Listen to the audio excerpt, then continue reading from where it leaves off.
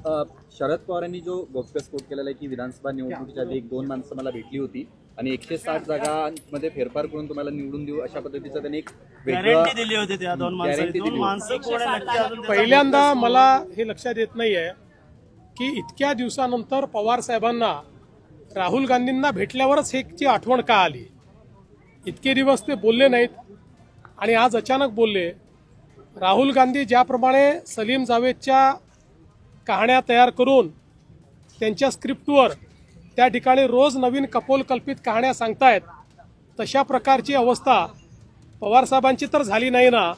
कारण पवारसाहेब अनेक वर्ष राहुल गांधी जरी EVM बद्दल बोलत होते तरी देखील कधी बोलत नव्हते। किंबहुना पवारसाहेबांनी स्पष्टपणे अनेक वेळा भूमिका घेतली की EVM ला दोष देणं हे अयोग्य आहे।